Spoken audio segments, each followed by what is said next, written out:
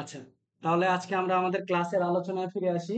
আজকে আমরা যে টপিকগুলো নিয়ে আলোচনা করব সেটা হচ্ছে কিভাবে ইনভেন্টরি কোয়ান্টিটি অ্যাডজাস্টমেন্ট করতে হয়, কিভাবে ক্রেডিট কার্ডের পে ডাউন করতে হয়, পেটি ক্যাশের ব্যবহার দেখব, ফান্ড ট্রান্সফার দেখব, invoice and bill with class and location দেখব, bill assign by customer billable দেখব, ইম্পোর্ট ইনভয়েস এন্ড বিল দেখব, use of journal entry and bank loan amortization, last of all record fixed asset calculation and depreciation এবং disposal. এই কয়টা জিনিস আজকে আমরা আলোচনা করব। মানে হ্যাঁ, এতদিন ভালো যে ছিলেন না, সমস্যা নেই। ওকে, আসেন। First of all inventory quantity adjustment. আমরা যখন এই কুইক বুকস এর ক্লায়েন্ট ভার্সনটা সেট আপ করছিলাম তখন কিছু প্রোডাক্ট এবং সার্ভিস আমরা অ্যাড করছি, তাই না? এখন প্রোডাক্ট এবং সার্ভিস গুলা কি অবস্থায় আছে আমরা কোথা থেকে দেখতে পাবো? রিপোর্ট সেকশন থেকে দেখতে পাবো যে এটার কি অবস্থা চলতেছে। ওকে, কি দেখবো? কি লিখে সার্চ করবো বলেন? Inventory valuation detail. Inventory valuation detail থেকে আমরা দেখতে পাবো যে আমার স্টক গুলোর কি হাল অবস্থা চলতেছে। অল ডেট দিয়ে রান রিপোর্ট দিব। দেখেন, ডায়াগনস্টিক এন্ড টেস্টিং ইকুইপমেন্ট দেখাচ্ছে 286, তাই না? লাস্টে কি এই যে ব্যালেন্সটা, এটা হচ্ছে লাস্টেরটা, ভালো করে খেয়াল করেন। এইখানে আপনার যে ইনভেন্টরি ভ্যালুয়েশন ডিটেলস, এই যে লাস্টের এই লাইনটা খেয়াল করেন।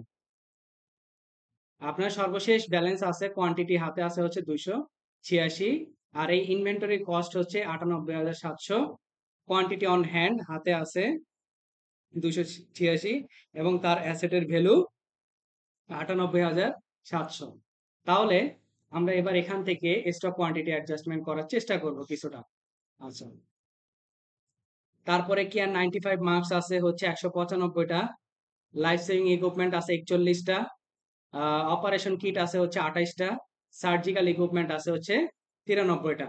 ঠিক আছে, ধরে নেন কোনো কারণে সার্জিক্যাল ইকুইপমেন্ট 3টা ড্যামেজ হয়ে গেছে।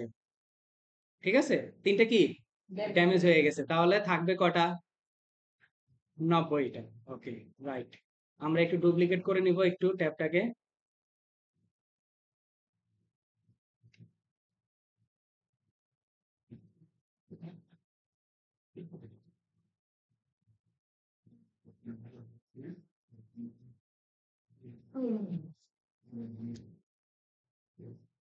লাস্ট নিউতে চলে যাব। লাস্ট নিউ থেকে আদার্স এর আন্ডারে ইনভেন্টরি কোয়ান্টিটি অ্যাডজাস্টমেন্টে চলে যাব। ওকে, আচ্ছা। তা সর্বপ্রথম এখানে আপনাকে বলতেছে অ্যাডজাস্টমেন্ট ডেট, আপনি কোন ডেটে অ্যাডজাস্টমেন্টটা করবেন। ঠিক আছে, আচ্ছা। এখানে আমার সার্জিক্যাল ইকুইপমেন্ট 10/10/2024 সর্বশেষ ছিল 93টা, তাই না? আচ্ছা, আমরা ধরলাম নভেম্বর মাসের 1 তারিখে এটার অ্যাডজাস্টমেন্ট করব আমরা। নভেম্বর 1, 2024 অ্যাডজাস্টমেন্ট করব। তারপরে অ্যাডজাস্টমেন্ট রিজন, এখানে অনেকগুলো রিজন আছে কেন আপনি স্টকের সাথে অ্যাডজাস্টমেন্ট করবেন। যদি আপনার ড্যামেজ গুডস হয়ে যায়, তারপর স্টক রিটার্ন অফ বাতিল করতে হয়, ইনভেন্টরি কাউন্টিং এর জন্য কোনো কাজ যদি করতে হয়, শ্রিঙ্কেজ, তারপর ইনভেন্টরি রিভ্যালুয়েশন, স্টোলেন, যদি কোনো এক্সপায়ার হয়ে যায়, কোনো কিছু যদি ফেরত দেন, রিটার্ন গুডস, মার্কেটিং এন্ড প্রমোশনের জন্য হয়। এছাড়াও যদি আদার্স কোনো কিছু হয়ে থাকে, আদার্স। আমরা আপাততপক্ষে ধরে নিচ্ছি আমাদের ড্যামেজ হয়ে গেছে। কোনটা? হ্যাঁ, এখানে ড্যামেজ গুডস হয়ে গেছে, কি ছিল? সার্জিক্যাল ইকুইপমেন্ট ছিল। ওকে, প্রোডাক্টের মধ্যে আমরা সার্চ করব সার্জিক্যাল ইকুইপমেন্ট। দেখেন অলরেডি কোয়ান্টিটি অন হ্যান্ড হাতে চলে আসছে, দেখাচ্ছে কয়টা? 93টা, তাই না? নতুন করে কোয়ান্টিটি হবে কয়টা? 90টা। তাহলে কি 3টা কি হয়ে গেছে? আমার ড্যামেজ হয়ে গেছে না? এই যে দেখেন মাইনাস। আপনার ইনভেন্টরি বাড়ুক অথবা কমুক, যেটাই হোক না কেন, আপনার এটা ইফেক্ট করবে হচ্ছে ইনভেন্টরি শ্রিঙ্কেজ নামক অ্যাকাউন্টে। ঠিক আছে, তারপরে আরেকটা প্রোডাক্ট যদি নিই, ধরেন অপারেশন কিট আছে হচ্ছে 28টা। অনেক সময় তো বিভিন্ন ওষুধ কোম্পানি তারা কি করে, তাদের মার্কেটিং এর জন্য কিছু স্যাম্পল গুডস দেয় না, স্যাম্পল প্রোডাক্ট দেয় ব্যবহার করার জন্য। এখন সেগুলো ব্যবহার না করে আমি কি করছি, আমার স্টকে এনে রেখে দিছি। পরবর্তীতে যদি আমার প্রয়োজন পড়ে তাহলে আমি রাখবো। তাহলে 30টা হয়ে গেছে, দুইটা সে আমাকে দেওয়ার কারণে 30টা হয়ে গেছে, তাই তো? তাহলে আসেন আমরা এখানে অপারেশন কিট, অপারেশন কিট, কিন্তু এখানে তাহলে একটা প্রবলেম হবে। কি প্রবলেম হবে বলেন তো? ডেটটা, ডেটটা নিয়ে ইস্যু হবে, তাই না? আচ্ছা, আমি একটু ডেটটাকে আর একটু পিছনে দিয়ে যাই। ধরেন ডিসেম্বর 31 তারিখে দিলাম। ওকে, হেডলাইন অপারেশন কিট 28টা আছে। এখন নতুন করে হবে কয়টা? 30টা। তাহলে কয়টা বাড়ছে? দুইটা। একবার 3টা কমে গেছে, একবার 2টা বাড়তেছে। যেটাই করুক না কেন আপনি একসাথে অ্যাডজাস্টমেন্ট করতে পারবেন। আপনি এটাকে সেভ এন্ড ক্লোজ করে দেন। অ্যাডজাস্টমেন্টের রিজন এক হলো, রাইট। এখন এই যে অ্যাডজাস্টমেন্টের রিজন এক হলো না, এখন আপনি কি করতে পারেন? নোট দিতে পারেন। এই জন্যই আগে অপশনটা ছিল না। বুঝাতে পারছি? আগে ক্লিয়ারিটি ছিল না। আমরা যখন অ্যাডজাস্টমেন্ট করতে যাইতাম, এটা কয়েকদিন আগেই আপডেট করা হয়েছে এই যে রিজনের অপশনটা। আগে সবাই জাস্ট অ্যাডজাস্টমেন্ট হইতেছে, দিয়ে দিছি, ঝামেলা শেষ, তাই না? কিন্তু এখান থেকে কি হওয়ার কথা ছিল বলেন তো? ওই যে আমাদের যে প্রোডাক্টটা ছিল অপারেশন কিটটা, কি হওয়ার কথা ছিল? ইনভেন্টরি রিভ্যালুয়েশনও হইতে পারে, নতুন করে আমি, বা ইনভেন্টরি মার্কেটিংও হইতে পারে, যে কোনোটাই হইতে পারতো, তাই না? আচ্ছা, যাই হোক, এই জন্য খেয়াল রাখবেন যখন রিজনটা কিন্তু অবশ্যই জরুরি।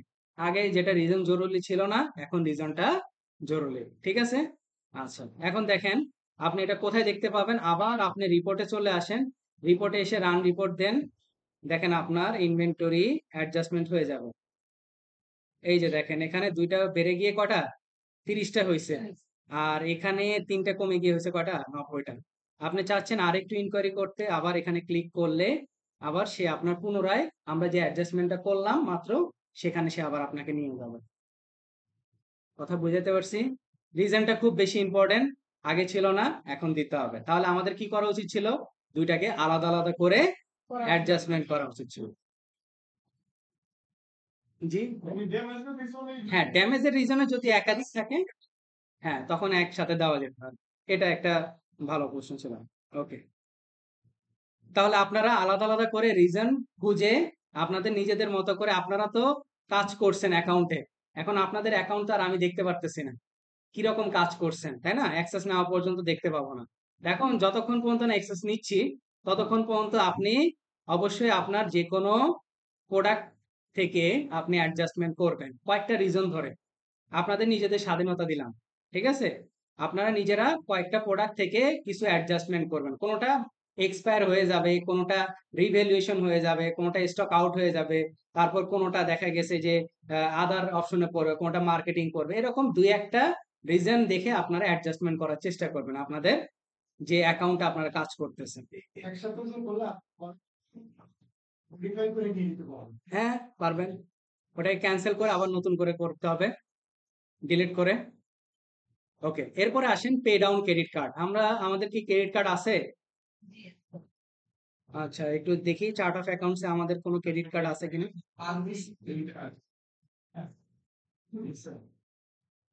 আচ্ছা, এখানে কত? 170.20 ডলার দেখাচ্ছে, তাই না? আচ্ছা, আমি এখান থেকে কিছু টাকা এখন পে করে দিব, ঠিক আছে? কিছু টাকা কি পে করে দিব। তাহলে কিভাবে পে করব? প্লাস নিউতে চলে যাব, আদার্স এর আন্ডারে কি আছে? Pay down credit card. Pay down credit card click করা মাত্রই আপনার সামনে একটা পপ আপ চলে আসবে। সেখানে বলছে record payments made to your balance. প্রথমে আপনাকে বলছে which credit card did you pay, আপনি কোন ক্রেডিট কার্ড টাকা পরিশোধ করবেন। আপনার কাছে একটাই আছে, এই জন্য একটাই শো করবে। যদি অনেকগুলো থাকতো অনেকগুলো দেখাতো। আমরা ক্রেডিট কার্ডটাকে সিলেক্ট করবো, পেই বলতেছে অপশনাল, তাহলে আমার দরকার নাই। How much did you pay? $70 pay করব। কয় তারিখে পে করব? ধরে নিলাম 2024 সালের অক্টোবরের 31 তারিখ পে করব। What did you use to make this payment? এই পেমেন্টটা করার জন্য আপনি কি পদ্ধতি ব্যবহার করবেন? এখানে সুন্দর করে একটা ইনভিজিবল ওয়ার্ডে লেখা আছে সিলেক্ট ব্যাংক অ্যাকাউন্ট। কোন ব্যাংক অ্যাকাউন্ট ব্যবহার করবেন? আমরা ধরলাম ওয়েলস ফার্গো চেকিং অ্যাকাউন্ট থেকে করব। যদি এটা চেকের মাধ্যমে হয় আপনি এটাকে চেক মার্ক দিয়ে কত নাম্বার চেক সেটা আপনি বলতে পারেন, না চাইলেও কোনো সমস্যা নাই। আর এখানে মেমো, অ্যাটাচমেন্ট, কোনো নোট, আর হচ্ছে এখানে চেকের ছবি দিতে পারেন। ঠিক আছে, তাহলে আমরা 7 ক্লোজ করব। তাহলে কি হবে, আমার ক্রেডিট কার্ডটা পেমেন্ট হয়ে যাবে $70, আর কি আমার ওই ব্যাংক অ্যাকাউন্ট থেকে $70 কমে যাবে। এটাই তো ইম্প্যাক্ট। আমরা একটু দেখি তাহলে আমাদের চার্ট অফ অ্যাকাউন্টসে একটু রিলোড দিব।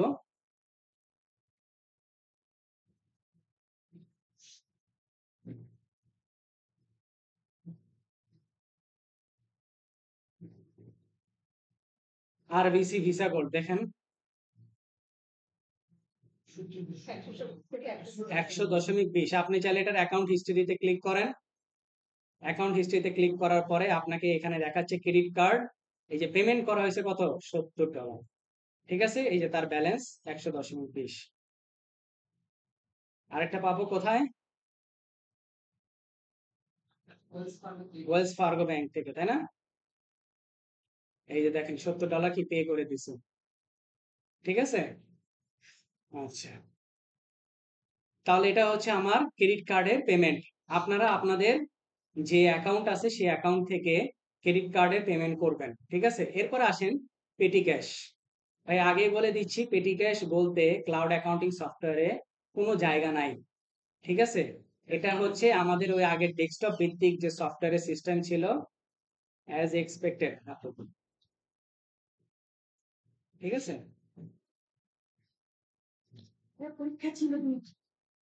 যাই হোক, ওকে, আমরা আমাদের আলোচনা কন্টিনিউ করি। আচ্ছা, কোথায় যেন ছিলাম? আমাদের পেটি ক্যাশ, তাই না? এখন পেটি ক্যাশের তাহলে ইউজ কিভাবে আপনারা করবেন? পেটি ক্যাশের ইউজ আপনারা করতে পারেন, পেটি ক্যাশের নামে একটা লেজার অ্যাকাউন্ট করতে পারেন। ঠিক আছে, তাহলে নিউতে চলে যাবেন। নিউতে গিয়ে পেটি ক্যাশ নামে একটা অ্যাকাউন্ট করেন। Account number 1002। দেখি পাই কিনা। ক্যাশ অ্যান্ড ক্যাশ ইকুইভ্যালেন্ট নাকি? হ্যাঁ, বুঝি নাই কেন ক্যাশ অ্যান্ড হ্যান্ড হয় না?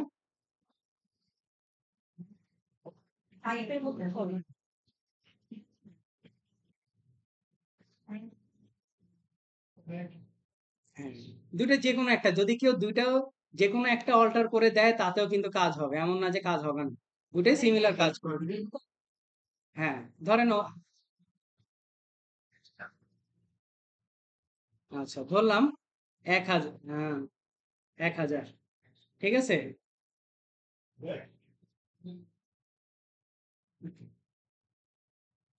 ওকে, এটাকে ধরবো হচ্ছে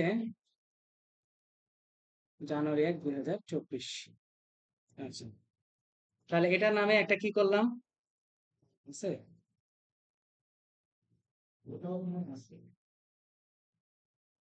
নিয়ে নিছি। আচ্ছা, এটা একটা কাজ করলাম, কিন্তু আরেকটাও করতে হবে আমাকে। সেটা হচ্ছে পেমেন্ট মেথডে গিয়ে অ্যাড করব। পেমেন্ট মেথড, অল লিস্টে চলে যাব। আমরা যদি কোনো কিছু পারচেজ করি পেটি ক্যাশ ইউজ করে, হইতে পারে না? পেটি ক্যাশ ইউজ করে করলাম, তখন তো পেমেন্ট মেথডে আমাকে একটা লাগবে, তাই না? এই যে পেমেন্ট মেথডে যাব, সেখান থেকে গিয়ে জাস্ট পেটি ক্যাশ নামে একটা অ্যাকাউন্ট ওপেন করবেন। তাহলে কি হলো আলটিমেট, আপনি পেটি ক্যাশের একটা লেজারও দেখতে পাইলেন, আবার পেটি ক্যাশ দিয়ে আপনি এক্স্যাক্টলি মানে আপনি কি কি কাজ করছেন সেটার জন্য আপনি একটা পেমেন্ট মেথড অ্যাড করার কারণে তার রিপোর্টও আপনি দেখতে পাবেন। দুই জায়গার ইম্প্যাক্টটা আপনি সমানভাবে দেখতে পাবেন। এটা ছাড়া আর কোনো ওয়ে নাই যে মানে আপনি পেটি ক্যাশের ইউজ করবেন এখানে। ঠিক আছে, নর্মালি এখানে ইউজ করা হয় আনডিপোজিটেড ফান্ড কথাটা, ক্লাউড অ্যাকাউন্টিং সফটওয়্যারে আনডিপোজিটেড ফান্ড, যেটা কিন্তু অবশ্যই আপনার এট দ্য টাইম পিরিয়ডের পরে আপনি সেটাকে ব্যাংকে ডিপোজিট করতে হয়। ঠিক আছে, আনডিপোজিটেড ফান্ড, এই জন্য পেটি ক্যাশ বা এই সংক্রান্ত জিনিসগুলো আসলে তারা অ্যাভয়েড করে যায়। এরপরে আসেন ফান্ড ট্রান্সফার। ফান্ড ট্রান্সফার, তাই না? ওকে, আমরা একটু চার্ট অফ অ্যাকাউন্টসে যাব। আমাদের চার্ট অফ অ্যাকাউন্টসে কি হাল অবস্থা? ওকে, হ্যাঁ, তাই না? কিছু টাকা আমি এক জায়গা থেকে আরেক জায়গায় ট্রান্সফার করব, আসেন। কোথায় পাবো? প্লাস নিউ থেকে আদারের আন্ডারে ট্রান্সফার অপশন। প্রথমে বলতেছে ট্রান্সফার ফান্ডস ফ্রম। কোত্থেকে ট্রান্সফার করবেন? আমরা ধরলাম পেটি ক্যাশ থেকে ট্রান্সফার করব। পেটি ক্যাশে আমার ব্যালেন্স আছে 1000, তাই না? কোথায় ট্রান্সফার করব? ওয়েলস ফার্গো ব্যাংকে। দেখেন মাইনাসে আছে, তাই না? Currency US dollar. ট্রান্সফার কত ডলার ট্রান্সফার করবেন? ধরলাম $500 আমি ট্রান্সফার করব। কয় তারিখে? নভেম্বরের 10 তারিখ। কোনো নোট নাই, কোনো ইমেজ নাই, তাহলে জাস্ট আমি এখানে করব 7 ক্লোজ। তাহলে এবার আমরা একটু ব্যাংকের এখানে রিলোড দিই, দেখি আমাদের কি অবস্থা আসে। তাহলে কি হওয়ার উচিত? পেটি ক্যাশ থেকে $500 কমে যাবে, আর ওই ব্যাংকে গিয়ে $500 প্লাস হয়ে যাবে। হুম,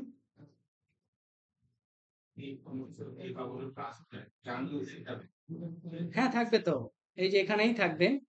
এই যে পেটি ক্যাশ 500 আর ওয়েলস ফার্গোতে ধরেন আপনি বলতেছেন জানা থাকবে কিনা। ওকে, ওয়েল আমরা একটু চেক করি অ্যাকাউন্ট হিস্ট্রিতে। এই যে পেটি ক্যাশে ট্রান্সফার, তাই না?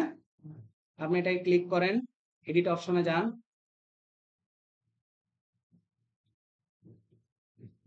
মোর ট্রানজেকশন জার্নালে যান। অনেক অনেক কিছুর প্রিন্ট ডিরেক্ট নাই, একটু ইনডাইরেক্টলি আর কি করতে হয়, বা আপনি কন্ট্রোল পি দিয়েও ওই অংশটুর প্রিন্ট দিয়ে দিতে পারেন।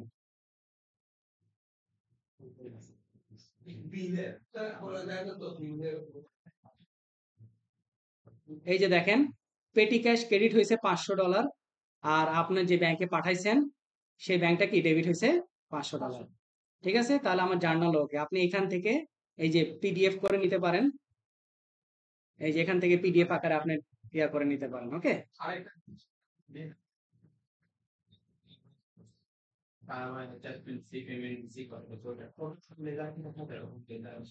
মানে টোটাল লেজার ইনভয়েসের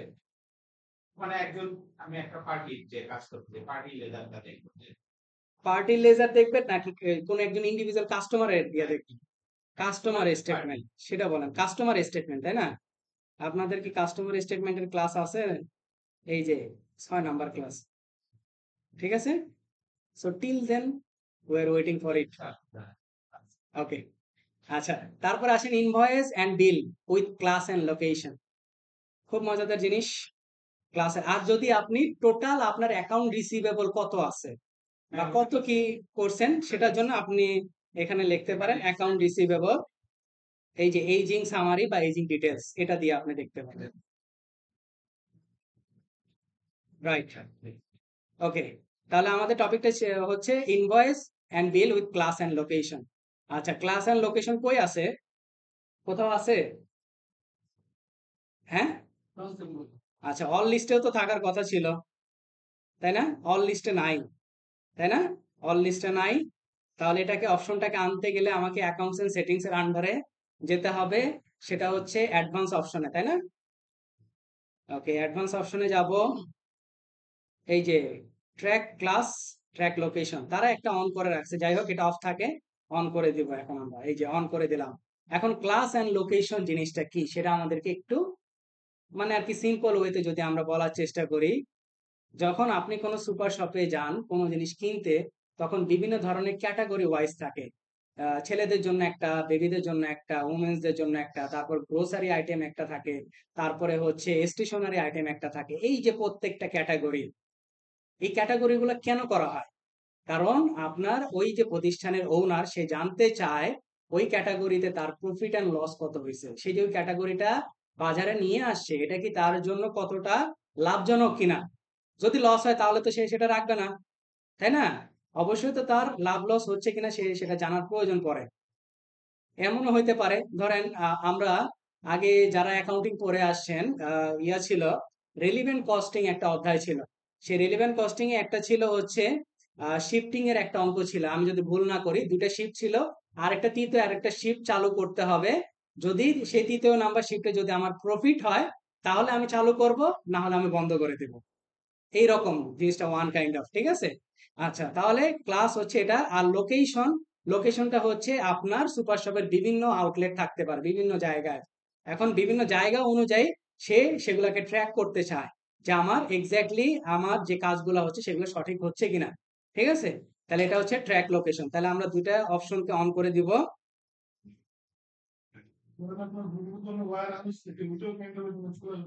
বিভিন্ন ধরনের ওয়্যার হাউস ইনভেন্টরি ক্ষেত্রে। আচ্ছা, আপনি তাহলে ওই টোটাল কোম্পানির ইনভেন্টরি সাইটটাকে নিয়ে কি অ্যাকাউন্ট করছেন? হ্যাঁ, এরকম যদি হয় তখন আপনার এটা ঠিক আছে। যদি আপনার এমন হয় যে গ্রুপ অফ ইন্ডাস্ট্রিজ এর করতেছেন, তখন কিন্তু একটু ডিফারেন্ট, কারণ গ্রুপ অফ ইন্ডাস্ট্রিজ এর ভিতরে অনেক কিছু থাকে। হ্যাঁ,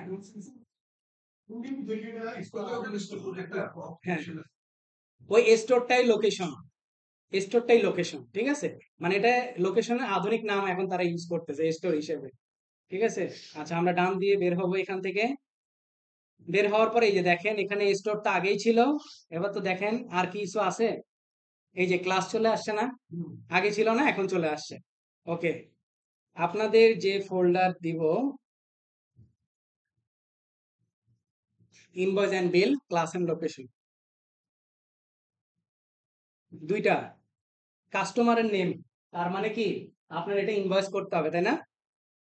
আর এটা সাপ্লায়ারের নেম, তার মানে কি আপনার বিল করতে হবে, ঠিক আছে। আচ্ছা, তাহলে সারা জনসন, তার নামে একটা ইনভয়েস করতে হবে, এই যে বিশাল বড় ইনভয়েস করার পরে তার প্রত্যেকটা ক্লাস অ্যাড করতে হবে, তাই তো। তার লোকেশন আমি দিয়ে দিছি।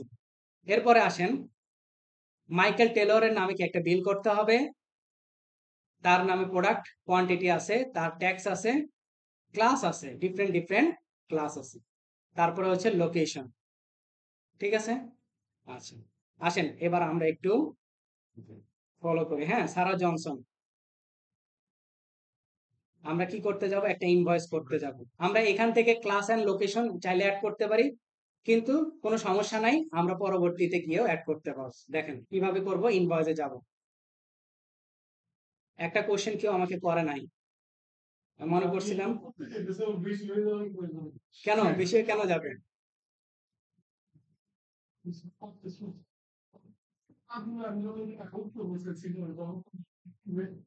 না, ওটা নিবে না। আচ্ছা, আরেকটা কোশ্চেন ছিল, আরেকটা রিলিভেন্স কোশ্চেন ছিল, সেটা কেউ করে নাই। হ্যাঁ, করা যাবে, এটাই করবো আমি। 23 আগস্ট 2024, 23 আগস্ট।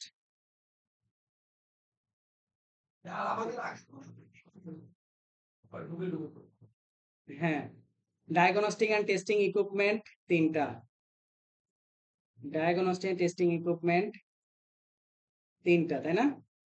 ওকে, তারপর ট্যাক্স রেট 15% আছে।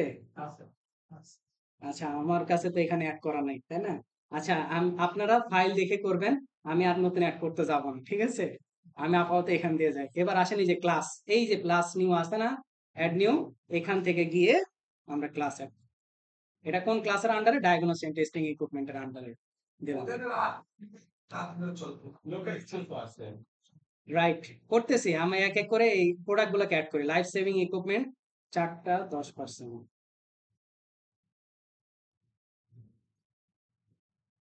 ওকে, এটা 4টা 10%, ওকে, এখান থেকে, ঠিক আছে। আচ্ছা, এরপরে এবার আসেন, আপনাদের প্রশ্ন হচ্ছে লোকেশন। আচ্ছা, লোকেশনটা আপনাদেরকে একবারও মনে হলো না, লোকেশন এখানে আলাদা একা পড়ে আছে, ক্লাস আলাদা আলাদা আছে, একবারও কি মনে পড়লো না? নিউ ইয়র্কে, হ্যাঁ, নিউ ইয়র্ক, এই যে লোকেশন আমি অ্যাড করে দিব, জাস্ট সিম্পল ক্লিকে এই যে নিউ ইয়র্ক অ্যাড হয়ে গেছে। না, লোকেশন একটা, ঠিক আছে, ক্লাস ডিফারেন্ট থাকতে পারে, একটাও থাকতে পারে। এই কোশ্চেনটাই আপনারা করেন নাই, দেখেন। দেখেন, বোঝা যায় তো যদি আপনারা ওই জায়গাটা খেয়াল করতেন। টেক্সট চলে আসবে অন্য একটা রেট বা কথা ইনভয়েস করা অবস্থায় কিভাবে টেক্সটটা করবো পারবেন না, হ্যাঁ? আপনাকে আপনাকে গিয়ে অ্যাড করে তারপরে আসতে হবে।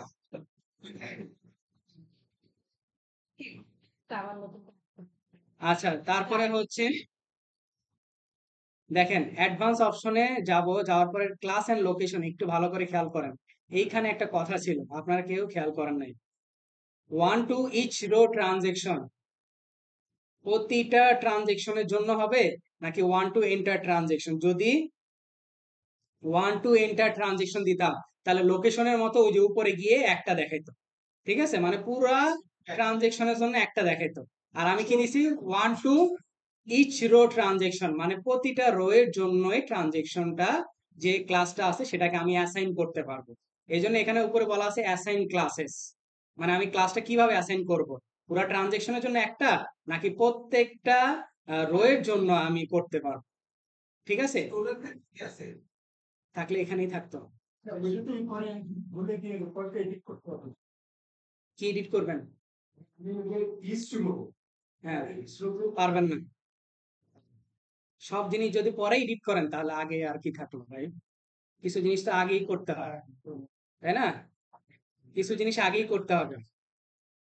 আচ্ছা, তাহলে আপনারা শীট অনুযায়ী একটা ইনভয়েস করবেন, একটা বিল করবেন। লোকেশনও দেওয়া আছে সুন্দর করে, ক্লাসেরও জিনিসগুলো দেওয়া আছে।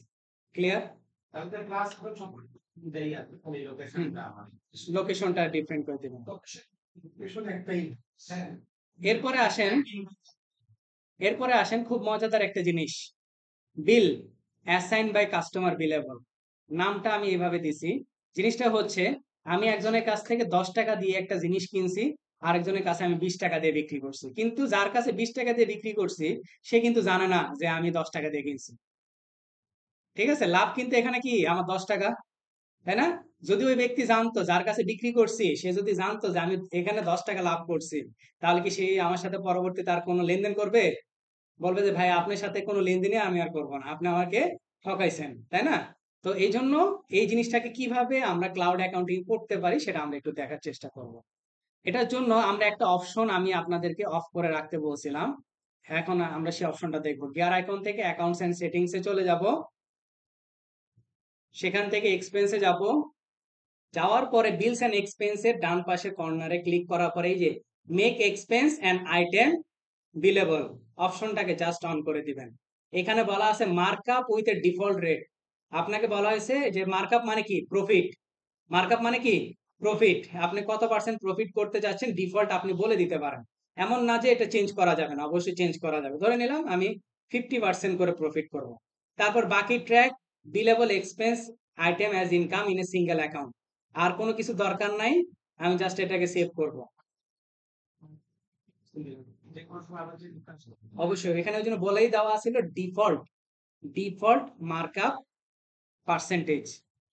ওকে, তাহলে আমরা করব একটা জিনিস, হবে আরেকটা জিনিস।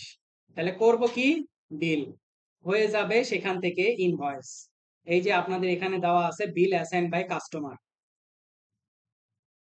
আমি এটাই আপনাদের করে দেখাচ্ছি। দেখেন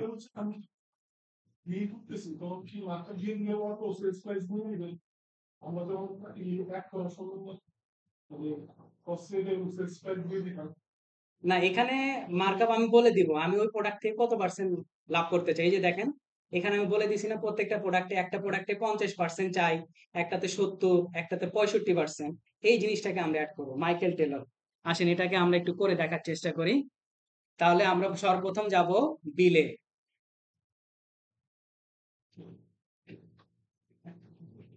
ওকে, সাপ্লায়ারে আমরা দিব মাইকেল টেলর। তারপর ডেট কত, 7 সেপ্টেম্বর 2024, সেপ্টেম্বর 7 তারিখ 2024। ওকে, ক্যাটাগরি ডিটেলসটা অফ করে দিই। আমার স্টোরের প্রয়োজন নাই, এটাকে জাস্ট ব্যাক স্পেস দিয়ে দিবেন, ঠিক আছে? আচ্ছা, এরপর আসেন product, surgical equipment diagnostic autoclave. Surgical equipment diagnostic, আরেকটা হইতেছে অটোক্লাভ। অটোক্লাভ নাই, আচ্ছা অটোক্লাভ নাই না, যেটা না থাকবে সেটা আমরা কি অ্যাড করে নিব। ঠিক আছে, যেটা থাকবে না বারবার বলতেছি, যদি আপনাদের থাকে অ্যাড করে নিতে হবে।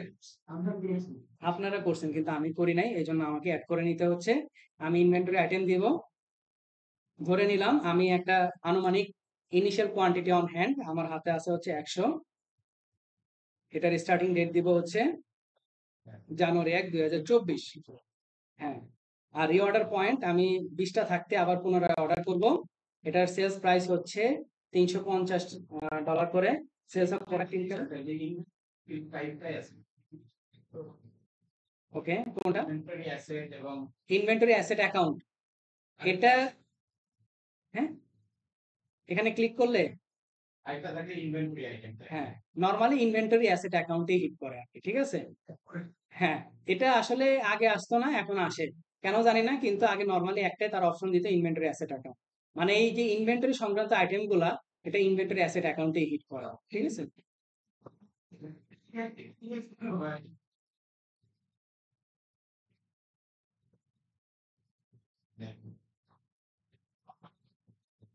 হুম, ইনভেন্টরি থাকছে আর হ্যাঁ, অ্যাসেট আমার যেটা আমার কোম্পানি না, অ্যাসেট যেটা সেটা ইনভেন্টরি অ্যাসেট দুইটাই সেম। একটাই ল্যাক ওই দুইটা নামে আলাদা আলাদা করছে।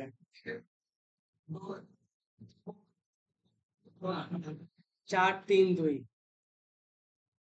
4-3-2, ওকে। তারপরে হচ্ছে 400, 525 ওকে, 400, sorry, 500, 200, ঠিক আছে। আর কত, সব জায়গায় 8% করে না ট্যাক্স, 8%, ট্যাক্স 8%। এই যে প্রত্যেকটা কি বিলেবল না, প্রত্যেকটা কি বিল করবো আমি। এই যে দেখেন, যখনই বিলেবলে ক্লিক করতেছি তখন কিন্তু মার্কআপের একটা অপশন আমার সামনে চলে আসছে। এখন এইখান থেকে আমি কত পার্সেন্ট প্রফিট করতে চাচ্ছি সেটা 50, 70, 65, ওকে, 50, 70, 65, ঠিক আছে, 50, 70, 65 হয়েছে না। এবার আসেন কাস্টমার, সারা জনসন, ডেভিড উইলসন, ওকে, প্যানেলটা ছোট করতে হবে, সারা জনসন, তারপরে হচ্ছে কি ডেভিড উইলসন, আর লাস্টটা লুরা ইভান্স, লুরা ইভান্স, ওকে। সবকিছু আমার দেওয়া কমপ্লিট, 7 ক্লোজ করব। আচ্ছা, তাহলে বিল হয়েছে না। এবার আমরা একটু বিলে যাই, বিলটা ওপেন করি, একটু ভালো করে খেয়াল করেন। আপনি সার্জিক্যাল ইকুইপমেন্ট কিনতেছেন মাইকেল টেলরের কাছ থেকে 1600 করে, বাট সারা জনসনের কাছে বিক্রি করতেছেন 2400। তারপরে ডায়াগনস্টিক এন্ড টেস্টিং ইকুইপমেন্ট কিনতেছেন 1500 করে, বিক্রি করতেছেন ডেভিড উইলসনের কাছে 2550। তারপরে অটোক্লাভ স্টেলাইজার কিনতেছেন 400 করে, কিন্তু বিক্রি করতেন 660, তাই না। তাহলে এটার এই যে তিনজন ব্যক্তি, সারা জনসন, ডেভিড উইলসন, লুরা ইভান্স, এদেরকে আমি একটু চেক করে আসবো। কোথায় পাবো? সেল সেন্টারে পাবো, তাই তো। সেল সেন্টারে পাবো, অল সেলসে যাব, অল ডেট, ওকে। এই যে ভালো করে একটু খেয়াল করেন, এইখানে লুরা ইভান্সে কত পার্সেন্ট লাভ? 65% না। দেখেন তো এখানে 65% মিলছে কি 660, দেখেন তো 660 আছে। আচ্ছা, তারপরে হচ্ছে কি ডেভিড উইলসনের কত? 70%, কত? 2550। খেয়াল করেন, ডেভিড উইলসনের কত? 2550। সারা জনসনের 2400, দেখেন সারা জনসনের 2400। এখন আমি, এগুলা কি আকারে আছে একটু ভালো করে খেয়াল করেন, এগুলা কি আকারে আছে? ড্রাফট আকারে। এগুলা কিন্তু ডিরেক্ট ইনভয়েস হয় নাই, ডিরেক্ট ইনভয়েস হয় নাই। প্রত্যেকটাকে আপনাকে বলতেছে যে ক্রিয়েট ইনভয়েস, প্রত্যেকটাকে আপনাকে বলতেছে ক্রিয়েট ইনভয়েস। যতক্ষণ পর্যন্ত না আপনি ইনভয়েস করবেন ততক্ষণ পর্যন্ত এগুলা কোনো কিছুই শো করবে না, এটা নন পোস্টিং হিসেবে থাকবে। তাহলে আসেন আমি এই যে সারা জনসনকে ইনভয়েস করব, ওকে, আমি ক্রিয়েট ইনভয়েসে ক্লিক করলাম। ক্লিক করার পরে আমার অটোমেটিক্যালি এই যে ভালো করে এই জায়গাটায় আমি যে বলছিলাম আমার কথাটা একটু মিলে নেয়। এখানে কি বলা আছে? মাত্রা বলতে পেরেছি। এইখানে একটা ইনভিজিবল ওয়ার্ড করা যাচ্ছে কি? হ্যাঁ, মানে আমি ১৬০০ করে কিনছি বা যেটাই করি না কেন, আমি যে কত পার্সেন্ট লাভ করতেছি সেটা আমার কাস্টমার দেখবে না। কথা বুঝাইতে পারছি? সেটা আমার কাস্টমার কি দেখবে না। কাস্টমারকে যদি দেখাই তাহলে আমার কি তার সাথে সম্পর্ক খারাপ হয়ে যাবে, কিন্তু আমার ঠিকই সেটা রেকর্ড হয়ে যাবে। ঠিক আছে? আচ্ছা, ইনভয়েস ডেট ধরলাম 10 তারিখে, সেপ্টেম্বরের 10 তারিখে ইনভয়েস ডেট 7 ক্লোজ করব। এখন দেখেন 1012 নাম্বার ইনভয়েসটা খেয়াল করেন। এটাকে যদি আমি ওপেন করি,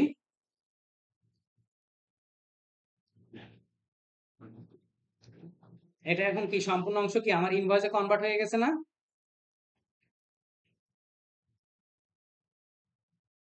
একটু জার্নালে যাওয়ার চেষ্টা করি।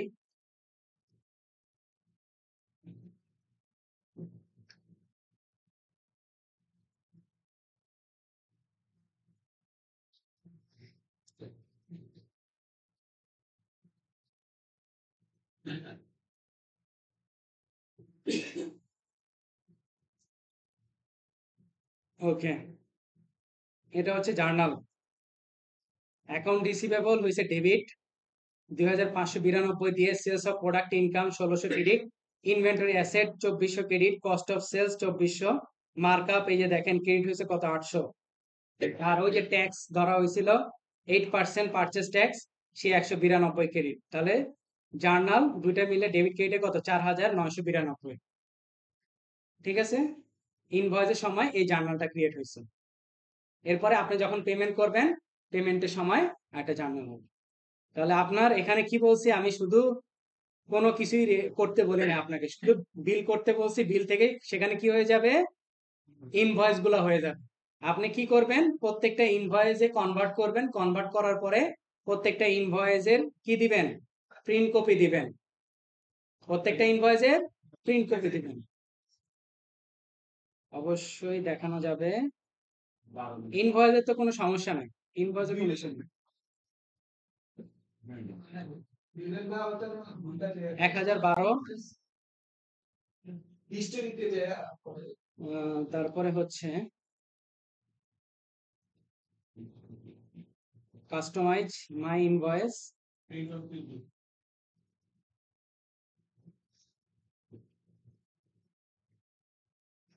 ঠিক আছে, দেখছেন ওই জিনিসটা, ওই যে লাভ দেখাবে না, এটা বলেই দিচ্ছে তো আপনাকে, ওই লাভটা তো দেখানোর প্রশ্ন ওঠে না। তো এইভাবে করে আপনারা প্রত্যেকটা ইনভয়েসে কনভার্ট করে ইনভয়েসের প্রিন্ট কপি দিবেন। ইন্টারেস্টিং জিনিস, একটা করব হয়ে যাবে দুইটা, বিল করব হয়ে যাবে ইনভয়েস সহ। ওকে, এবার আসেন ইম্পোর্ট ইনভয়েস এন্ড বিল। আচ্ছা, আমরা ইনভয়েস তো সিঙ্গেল সিঙ্গেল করা দেখলাম। এমন তো হইতে পারে যে আপনার অনেকগুলা ইনভয়েস একসাথে ইম্পোর্ট করার প্রয়োজন পড়তে পারে, বা বিল অনেকগুলো আপনার একসাথে ইম্পোর্ট করার প্রয়োজন পড়তে পারে, তখন আমরা কিভাবে করব?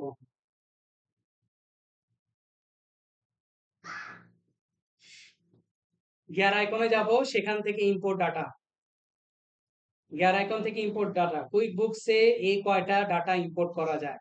আমরা কাস্টমার ইম্পোর্ট করা দেখছি, সাপ্লায়ারও দেখছি, চার্ট অফ অ্যাকাউন্ট দেখছি, প্রোডাক্ট এন্ড সার্ভিসও দেখছি, তাই না? ব্যাংকের কথা তো এখন আসে নাই, এজন্য ব্যাংক পরে আসবে। ইনভয়েস এন্ড বিল ইন্ডিভিজুয়াল করা দেখছি, কিন্তু আজকে আমরা কি ইম্পোর্ট করা দেখবো। আমি ইনভয়েসটা করে দেখাবো, সিমিলার ভাবে আপনারা বিল করবেন। তাহলে ইনভয়েসটা আমরা আগে ওপেন করব। ওপেন করার পরে সেম ভাবে আপনাকে এখানে তিনটা স্টেপ বলতেছে। তিনটা স্টেপটা কি, প্রথমে আপলোড করতে বলছে, তারপরে হচ্ছে ম্যাপ করতে বলছে, তারপরে লাস্টে গিয়ে বলছে ইম্পোর্ট, তাই না? তাহলে আসেন, আপলোড করার জন্য আপনাকে কিছু, প্রথমে তারা একটা স্যাম্পল বা এক্সাম্পল ফাইল দিবে। এই এক্সাম্পল ফাইলটা আপনাকে ডাউনলোড করতে হবে, ডাউনলোড করে দেখতে হবে এক্স্যাক্টলি কি বলা আছে। Download as an example click করে দেখব। এই যে ইনভয়েস নাম্বার, যে যে কলামে স্টার চিহ্ন দেওয়া আছে সেই কলামগুলো দেওয়া ম্যান্ডেটরি। ইনভয়েস নাম্বার, তারপরে কাস্টমার, তারপরে ইনভয়েস ডেট, ডিউ ডেট, তারপরে হইতেছে আইটেম অ্যামাউন্ট, তারপরে আইটেম ট্যাক্স কোড, ঠিক আছে, এই জিনিসগুলো দেওয়া কি আপনার জন্য ম্যান্ডেটরি? ওকে,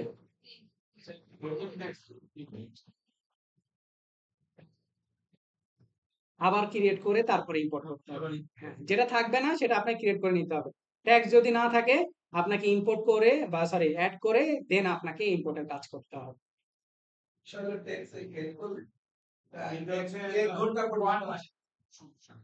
হুম?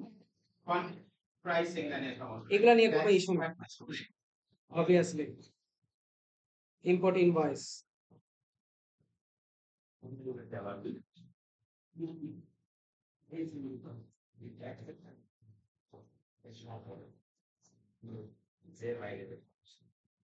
ওকে, ফাইলটা ডাউনলোড করলাম, দেখি ব্রাউজ করি। 1000 রো এর বেশি দেওয়া যাবে না, নিচে বলে দেওয়া আছে 1000 রো। তারপর আমরা নেক্সট অপশনে চলে যাব। এখান থেকে আপনাকে বলতেছে you map must map all the QuickBooks field. আপনার যে ইনভয়েসটা আছে সেই ইনভয়েসের ফরম্যাটটা আপনাকে একটু দেখতে হবে। আমরা একটু ইনভয়েসটাকে ওপেন করি। ওকে, ইনভয়েসের ফরম্যাটে কি দেওয়া আছে? মান্থ, ডেট, ইয়ার। ওকে, আমরা এখান থেকে মান্থ, ডেট, ইয়ার দিব। তারপর আইটেম ট্যাক্স এক্সক্লুসিভ, নেক্সটে চলে যাব। 10%, আমার এখানে 10% কি নামে আছে বলেন তো?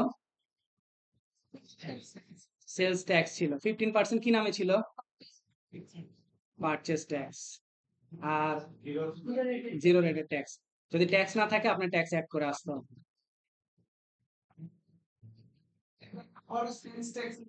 আচ্ছা,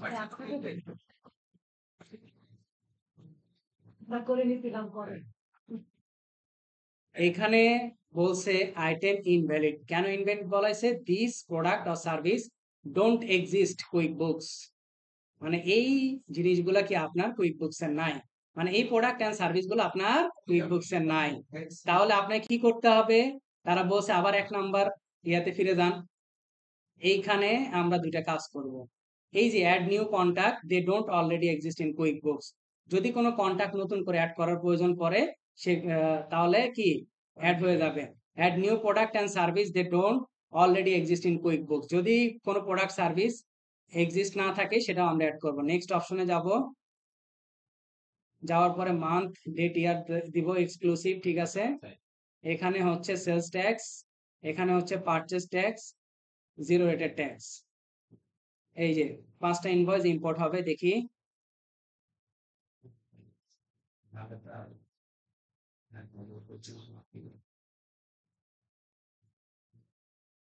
পাঁচটা ইনভয়েস ইম্পোর্ট হয়েছে।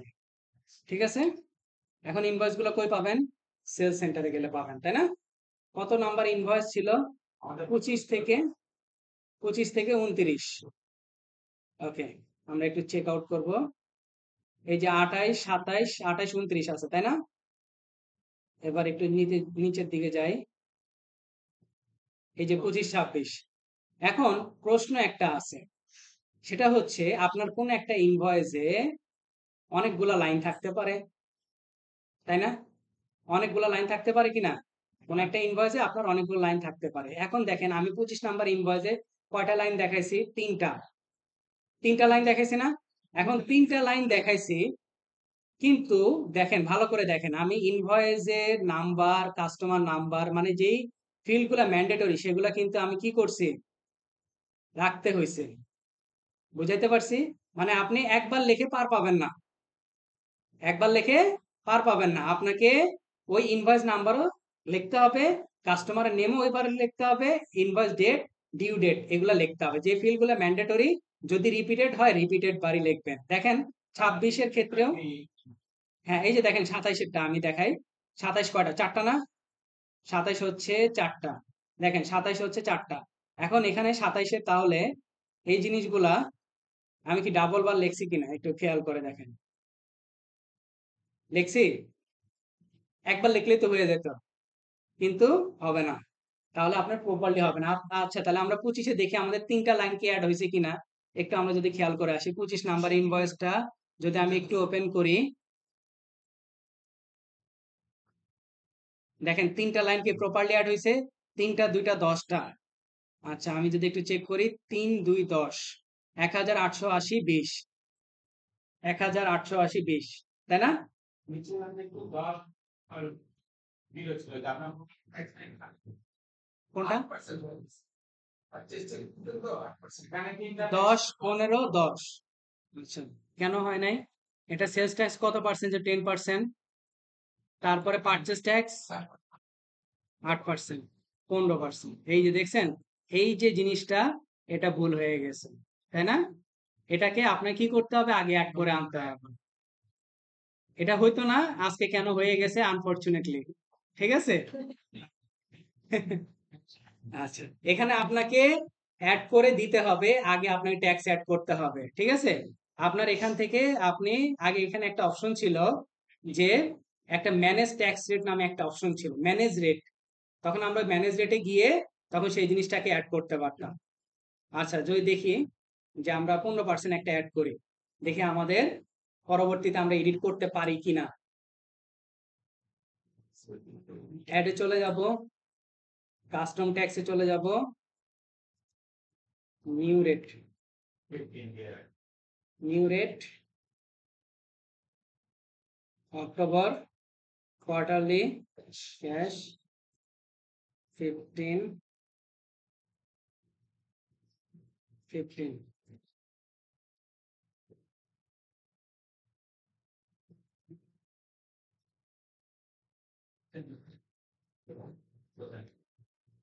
মাস একটাই হচ্ছে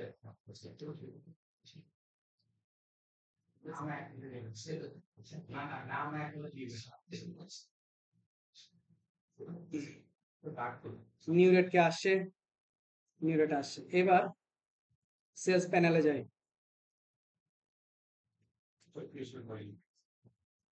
25।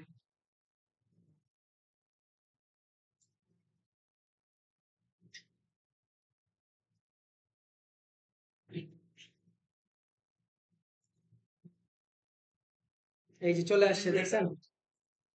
এই যে নিউ রেট, এখন নিউ রেট দিয়ে 7 ক্লোজ। এই ইম্পোর্টের অপশন কেন রাখা হয়েছে জানেন? অনেক সময় দেখা যায় যে ক্লায়েন্টের অনেক ধরনের ইনভয়েস থাকে, অনেক 1000 1200 1300 1400 1500 এরকম ইনভয়েস থাকে। তখন এই ইনভয়েস গুলা একবারে করে করে আসলে পসিবল হয় না। ঠিক আছে? এই যে আমরা যে ইম্পোর্ট করলাম না, এটাও কিন্তু একটা বিরক্তিকর কাজ। এখন এটার জন্যই আলাদা একটা সাবস্ক্রিপশন কিনতে হয়, সেটা হচ্ছে ডেক্সট। ঠিক আছে? যেটা আপনাদের লাস্টে আমি দেখাবো যে ডেক্সটের সাথে কিভাবে কুইক বুকস এর কানেক্টেড করা যায়। এই যে ডেক্সট, যে কোনো ফাইন্যান্সিয়াল ডকুমেন্ট আপনি কুইক বুকস বা ক্লাউড অ্যাকাউন্টিং, যে কোনো ক্লাউড অ্যাকাউন্টিং সফটওয়্যারে সরাসরি আনতে পারবেন। মানে জাস্ট মোবাইল দিয়ে ওই কাঙ্ক্ষিত জায়গায় ছবিটা তোলা মাত্রই সেটা সরাসরি আপনার এখানে এসে চলে যাবে। কিন্তু শর্ত একটাই, ওই যে ট্যাক্স রেট বলেন, আপনার প্রোডাক্ট সার্ভিস গুলা বলেন, এগুলো অবশ্যই আপনার থাকতে হবে, না হলে সেটা আপনার সামনে ভিজিবল হবে না। বলেন। আমাদের লাস্ট ইনভয়েসটা আছে আচ্ছা, পরে সিরিয়ালটা এখন ধরেন আপনার ইনভয়েসে আপনি যখন এক্সেল শিট করছেন, এখন 24। ক্লায়েন্ট আমাকে টাকা দিব আমি হ্যাঁ, সেক্ষেত্রে 25 থেকে, সার্ভিস থেকে শুরু করি 25 থেকে শুরু করেন। আপনার 24 ছিল না লাস্ট? হ্যাঁ 25 থেকে আপনি স্টার্ট করবেন, যদি আপনাকে সাজায় নেওয়ার তার অপশন দেয়।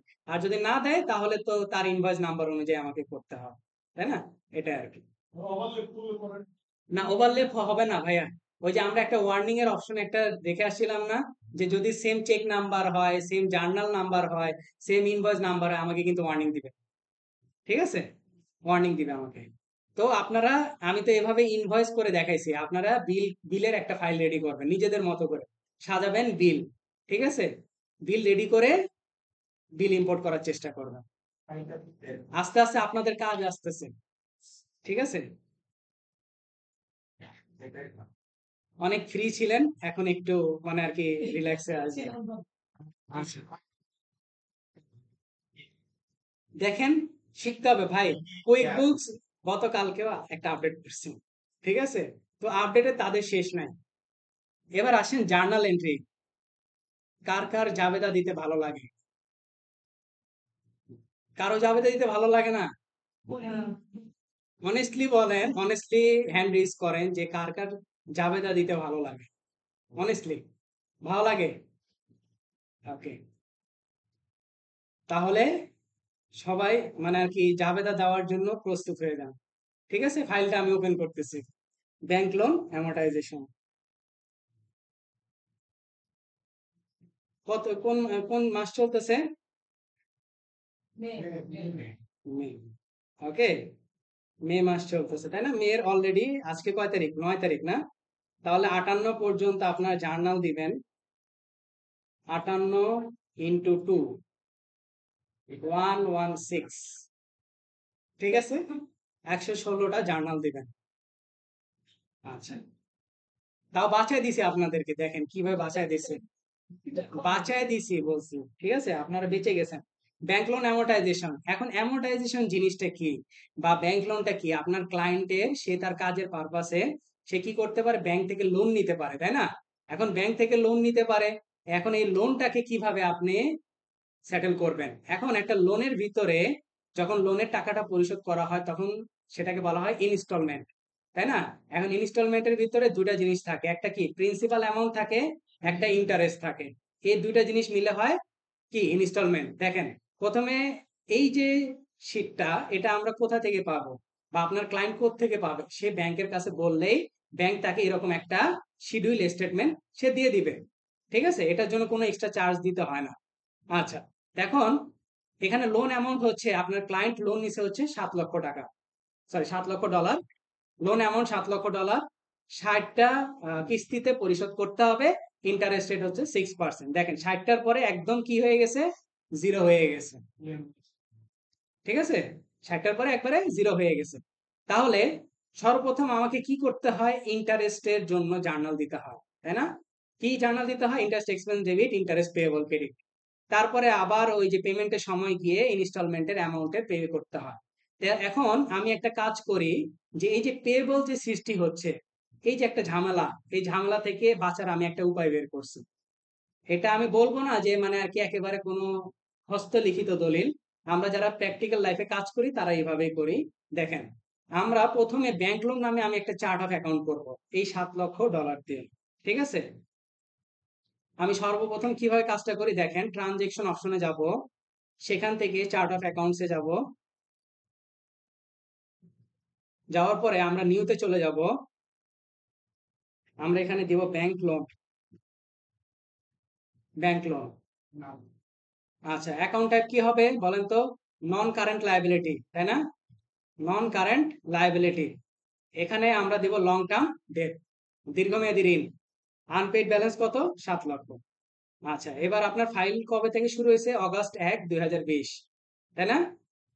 জুলাই, আমরা ধরলাম জুলাই মাসে আর কি এটা ব্যালেন্সটা, 1 মাস যেহেতু ইয়া করা হয়, 1 মাস পর থেকেই, জুলাইয়ের 1 তারিখ 2021 না? 20, আচ্ছা 20, ওকে। তাহলে 7 লাখ দিয়ে আমরা অ্যাকাউন্টটা ইয়ে করলাম।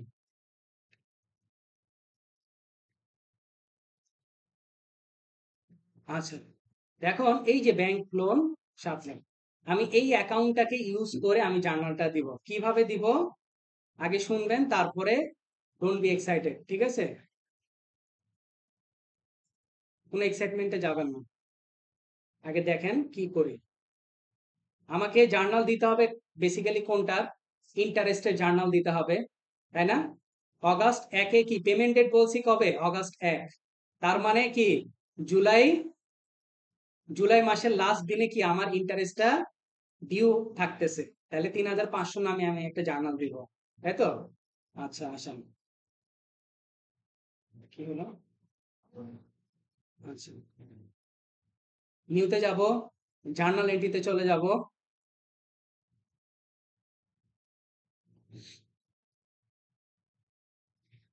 ডেটটা ঠিক করব 2020, তাই না? 20-এর কয় তারিখ?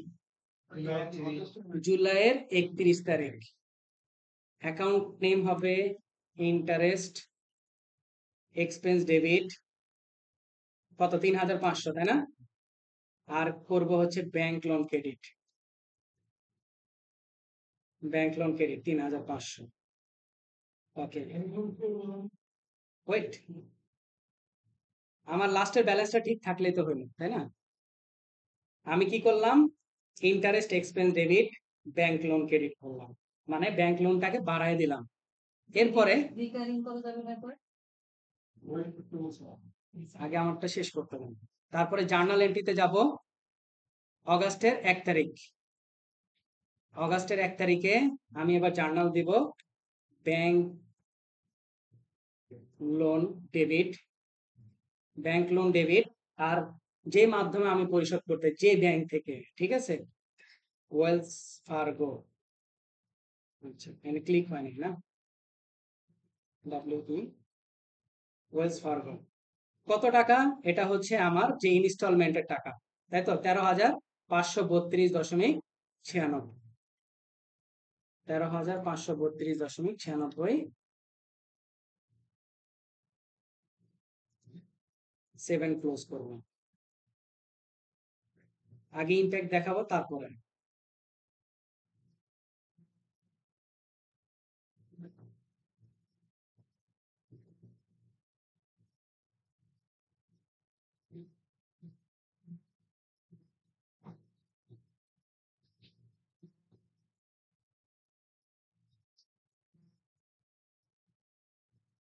ওকে, ব্যাংক লোনে যাব।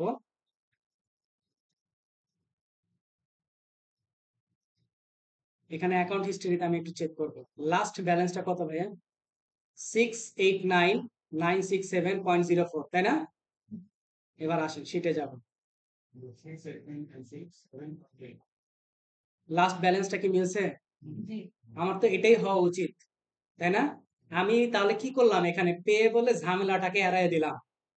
আমি যে ব্যাংক লোনের নামে চার্ট অফ অ্যাকাউন্ট করলাম, তাহলে প্রথমে আমি ইন্টারেস্টের জার্নাল দিব, কি interest expense debit bank loan credit. তারপরে পেমেন্ট ডেটের সময় আমি ইনস্টলমেন্টের টাকা দিয়ে আমি জার্নাল দিব ব্যাংক লোন ডেবিট, মানে ব্যাংক লোন এবার আবার কমায় দিচ্ছি। আর কি, যে মাধ্যম দিয়ে আমি পে করতেছি, যে কোনো ব্যাংকটাকে ক্রেডিট করতেছি। প্র্যাকটিক্যাল লাইফে কিন্তু ওই পেয়েবলের ঝামেলা করে এত ইয়া করা যাবে না, ঠিক আছে? এই জন্য আমরা একবার ইন্টারেস্টের জার্নাল দিব, বুঝাইতে পারছি? ইন্টারেস্টের জার্নাল আগের ডেটে কি ডিউ হয়, তারপরে যে সময় পেমেন্ট ডেট, এই যে পেমেন্ট ডেট গুলো বলা আছে, পেমেন্ট ডেটের সময় ওই ইনস্টলমেন্টের অ্যামাউন্ট দিয়ে আমরা ব্যাংক লোন করব ডেবিট, আর যে অ্যাকাউন্ট থেকে আমরা পে করব সেটাকে করব ক্রেডিট। এখন আরেকটা প্রশ্ন অনেকে আমাকে জিজ্ঞাসা করে, স্যার আমি যে ব্যাংকের থেকে পরিশোধ করতেছি সেই ব্যাংকের টাকা তো নাও থাকতে পারে, হইতেই পারে, তাই না? তাহলে আপনি ব্যাংকে ডিপোজিট করেন, তাই না? ব্যাংক ডিপোজিট করেন, ব্যাংক ডিপোজিট করলে কি হবে, আপনি টাকা ব্যাংকে নিয়ে আসেন অন্য যে কোনো জায়গা থেকে, বা যদি আপনার অন্য কোনো ব্যাংক থাকে সেখান থেকে ফান্ড ট্রান্সফার করে নিয়ে আসেন। দুইটা যে কোনো একটা ওয়ে আছে, হয় ফান্ড ট্রান্সফার করে টাকা নিয়ে আসেন, অথবা ব্যাংকে ডিপোজিট করেন, করে সেখান থেকে আপনি পরিশোধ করতে হবে, অথবা যেখানে আছে সেখান থেকে পরিশোধ করেন। তাহলে আমি জার্নাল কি দুইটা বুঝাইতে পারছি? আরেকবার আমি বলি, ইন্টারেস্টের জন্য জার্নাল দিবেন interest expense debit bank loan credit, আর পেমেন্টের সময় জার্নাল দিবেন ব্যাংক লোন ডেবিট, আর যে ব্যাংকের মাধ্যমে পরিশোধ করতেন সেই ব্যাংকটা ক্রেডিট। আমরা এখানে দুটো আমরা দুইটা করে জার্নাল দিবেন। দুটো জিনিস আমরা অ্যাভয়েড করতে পারবো, interest payable, accounts payable. Right, বুঝতে পারছি? প্র্যাকটিক্যাল লাইফে আমরা কাজটা এইভাবেই করি, ঠিক আছে? এই জন্য আপনাদের দুইটা করে জার্নাল হবে, 116, ঠিক আছে? সবাই জার্নালটা করে ফেলবে। আচ্ছা, তাহলে আমাদের এরপরে যে টপিকটা, সে টপিকটা হচ্ছে ডেপ্রিসিয়েশন নিয়ে, বেসিক্যালি ডেপ্রিসিয়েশন নিয়ে কাজ, তাই না? কিভাবে ফিক্সড অ্যাসেট রেকর্ড করতে হবে, ডেপ্রিসিয়েশন ক্যালকুলেশন করতে হবে এবং ডিসপোজাল করতে হবে, ঠিক আছে? আসেন আমরা একটু আগে ফোল্ডারটা দেখার চেষ্টা করি।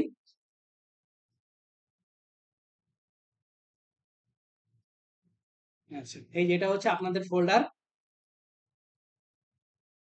এখানে serial number, date of purchase দেওয়া আছে, ইয়ার অফ পারচেজ, ফিক্সড অ্যাসেটের category, vendor supplier, original cost দেওয়া আছে, কারেন্ট পিরিয়ড ডেপ্রিসিয়েশন দেওয়া আছে, বুক ভ্যালু দেওয়া আছে, ইউজফুল লাইফ। আমরা সবাই জানি স্টেট লাইন মেথড এ বুক ভ্যালুকে ইউজফুল লাইফ দ্বারা ভাগ করলে পাওয়া যায় ডেপ্রিসিয়েশন, বা আগে যেটা আমরা সূত্র শিখে আসি, cost minus salvage value divided by life, ঠিক আছে?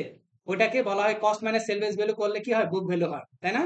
বুক ভ্যালুকে ইউজফুল লাইফ দ্বারা ভাগ করলে হয় current period depreciation.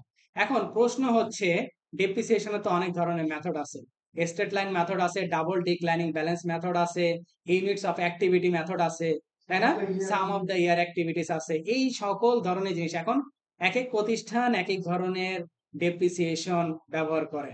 Quick books depreciation আপনাকে ম্যানুয়ালি ক্যালকুলেশন করতে হয়, বুঝাতে পারছি? কিন্তু জেরোতে আবার এই জিনিসটা সুবিধা আছে, জেরোতে আপনার ডেপ্রিসিয়েশন ক্যালকুলেশন করতে হয় না, সে অটোমেটিক্যালি নিজেরটা সে নিজে করে ফেলে। ঠিক আছে, অটোমেটিক্যালি কি সে নিজেরটা নিজে করে ফেলে। আচ্ছা, যেহেতু আমাদের কুইক বুকসে আমাদের কাজ করতে হবে ম্যানুয়ালি, তাহলে সর্বপ্রথম আমাকে কি ওই অ্যাসেটের নামে একটা অ্যাকাউন্ট থাকবে, তাই তো? অ্যাসেটের নামে কি আমার একটা কি অ্যাকাউন্ট থাকবে, ধরেন এয়ার কন্ডিশনার, এয়ার কন্ডিশনার আমি কি করব, ডেপ্রিসিয়েশন বের করব। তাহলে সবার আগে আমার কি করতে হবে, এয়ার কন্ডিশনার নামে একটা চার্ট অফ অ্যাকাউন্ট করতে হবে। তাহলে আমরা ট্রানজেকশন চলে যাব, ট্রানজেকশন থেকে চার্ট অফ অ্যাকাউন্টসে যাব, সেখান থেকে আমরা চলে যাব new air conditioner. Okay, asset type হচ্ছে fixed asset, detail type furniture and pictures. তারপরে হচ্ছে অরিজিনাল কস্ট আমার এখানে দেওয়া আছে হচ্ছে ৮,০০০। So, the office equipment category name. হ্যাঁ, Office equipment. এয়ার কন্ডিশনার এখানে কি আছে, account depreciation, building depreciable asset, furniture picture, land leasehold, machinery equipment. তারপরে মেশিনারি ইকুইপমেন্টের মধ্যে পড়ে না, ফার্নিচার এন্ড পিকচার্স এর মধ্যে পড়ে। Air conditioner. তো অফিসে আমরা এন্ট্রি দিই। AC তো আলাদাই থাকে। ইকুইপমেন্ট না তো, এটা তো আপনার যন্ত্রপাতি না তো, এটা কি আপনি প্রোডাক্টিভিটি বাড়াচ্ছে, প্রোডাক্টিভিটি বাড়াচ্ছে। ফার্নিচার আছে, আবার ফার্নিচার এন্ড পিকচারও আছে। ঠিক আছে, আমি অনেক জিনিস লিখছি, ওই যে অ্যাকাউন্ট মাস্টার ইনস্টিটিউটের একটা পোস্ট আছে, একটু নিচের দিকে ঘেটে আসেন, furniture versus furniture and picture, এরকম অনেক কিছু আছে। Furniture and picture original cost দিলাম, এবং এটার ভ্যালু হচ্ছে জানুয়ারি ১, ২০২২। জানুয়ারি ১, ২০২২। ওকে, তাহলে আমরা এয়ার কন্ডিশনারটা অ্যাড করে ফেললাম।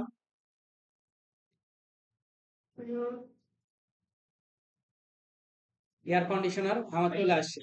তাহলে আমার প্রথমে কি অ্যাসেটটা অ্যাড করা হয়ে গেছে, তাই না? এটা ওকে। এরপরে আমার কি কি ডেপ্রিসিয়েশনের জন্য লাগবে, ডেপ্রিসিয়েশন নামক একটা অ্যাকাউন্ট লাগবে, তাই না? দেখি তো আছে কিনা ডেপ্রিসিয়েশন।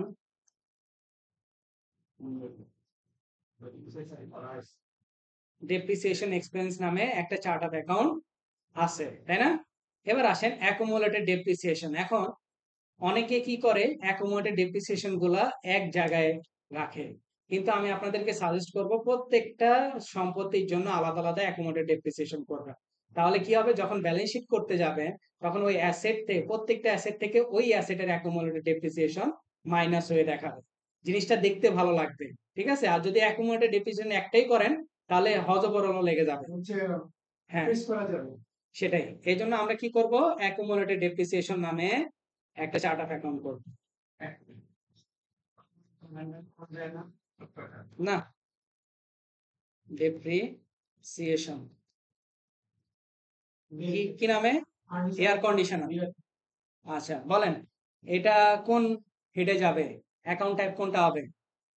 আপনাদেরকে তো বলছি চার্ট অফ অ্যাকাউন্ট দেখার জন্য, বলেন। না, fixed আছে, last time.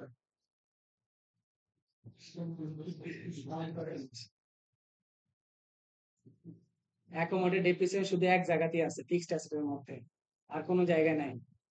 আচ্ছা, তার ওপেনিং ব্যালেন্স কি আছে কোনো কিছু, অ্যাকোমোডেড ডেপ্রিসিয়েশনের কোনো ব্যালেন্স আছে?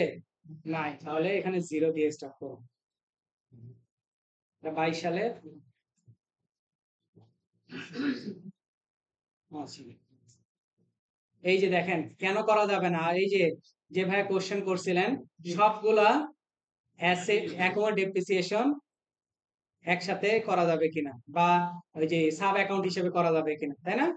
এই যে দেখেন সাব অ্যাকাউন্ট হিসেবে করা যাবে না, কারণ কি, যখন অ্যাকাউন্টে ডেপ্রিসিয়েশন করতে যাবেন তখনই আপনাকে প্যারেন্ট অ্যাকাউন্ট দিতে হবে, এটা অটোমেটিক্যালি সাব অ্যাকাউন্ট হয়ে যায়। ঠিক আছে, তাহলে সাব অ্যাকাউন্ট আমরা সিলেক্ট করলে এয়ার কন্ডিশনার, এয়ার কন্ডিশনার কি তার প্যারেন্ট অ্যাকাউন্ট না? হ্যাঁ এটাকে দিয়ে সেভ করবে। এয়ার লিখি, দেখেন তো এই যে সাব অ্যাকাউন্ট হয়েছে না, একটু গ্যাপ দিয়ে হ্যাঁ হ্যাঁ একটু গ্যাপ দিয়ে সরে গেছে।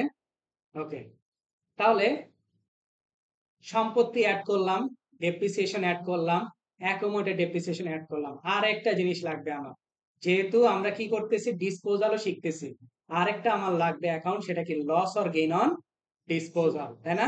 ডিসপোজাল করলে আমার কি লাভ বা লসের অপশন আসবে। তাহলে নিউতে চলে যাব, অ্যাকাউন্ট নেম দিব loss or gain on disposal of fixed assets. Okay, আচ্ছা, এটা আমরা ইনকামের আন্ডারও করতে পারি, এক্সপেন্সের আন্ডারেও করতে পারি। সে অটোমেটিক্যালি ব্যালেন্সটাকে প্লাস মাইনাস হিসাব করে নেবে। তাহলে আমরা আদার ইনকামে চলে যাই, দেখি loss or disposal of asset, দেখছেন? ওকে, তাহলে আমরা এটাকে সেভ করে দেবো। তাহলে আমার প্রথম কাজ হচ্ছে সব চার্ট অফ অ্যাকাউন্ট অ্যাড করা শেষ। এবার আসেন আমরা যাব জার্নাল দিতে। ঠিক আছে, জার্নাল দেব। নর্মালি তো আমাদের ইয়ারলি জার্নাল হয়। এখন এখানে আমি একটা কারেন্ট পিরিয়ড ডেপ্রিসিয়েশন কত, 800 টাকা না? এটা কি 2022 সালের না? হ্যাঁ 22 সালে হচ্ছে 800 টাকা। হিসাব করেন তো, তাহলে 25 সাল পর্যন্ত কত হয়? 22 22 ইন্টু কত দিব, সরি 800 ইন্টু কত দিব? তিন হ্যাঁ না 22 24 হ্যাঁ, ওটা আসে 22 জানুয়ারি থেকে স্টার্ট হয়েছে, হ্যাঁ 25 এরটা পরে আসতেছে। এক হয়ে গেছে জানুয়ারি চলে গেছে তাহলে কয় বছর হয়? 22 জানুয়ারি থেকে ডিসেম্বর পর্যন্ত 1 বছর, 23 জানুয়ারি থেকে ডিসেম্বর 2 বছর, তারপরে 24 জানুয়ারি থেকে ডিসেম্বর 3 বছর হইতেছে, তাই না? তাহলে 3 দিয়ে গুণ করি 2400, তাই না? এখন আজকে কয় তারিখ? তো মে মাসের 9 তারিখ মে মাসের 9 তারিখ, তাই না? আচ্ছা, মে মাসের 9 তারিখ, তাহলে 8 তারিখ পর্যন্ত হিসাব করব। এটা মনে রাখেন 2400, সবার কাছে ক্যালকুলেটর বা কাগজ থাকলে লিখে রাখেন। 3 বছরে আমার কত আসতেছে? 2400 আসতেছে। 1 বছরে কত? 800 1 বছরে কত? 800, তাই না? 800, 800 কে 12 দিয়ে ভাগ করব, তাহলে প্রতি মাসে কত হইতেছে? 66.67।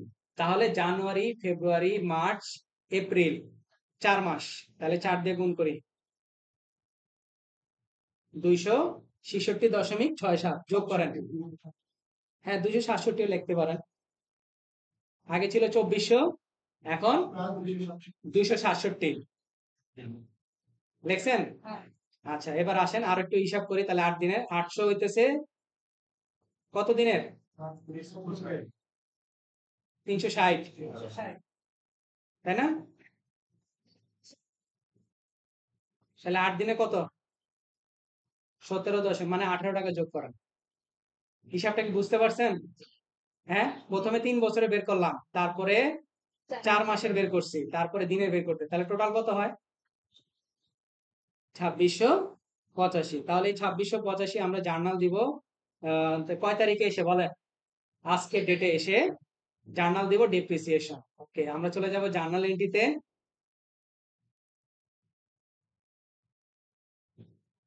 আজকে ডেটে জার্নাল দিব, অ্যাকাউন্ট নাম্বার দিব হইতেছে depreciation expense debit,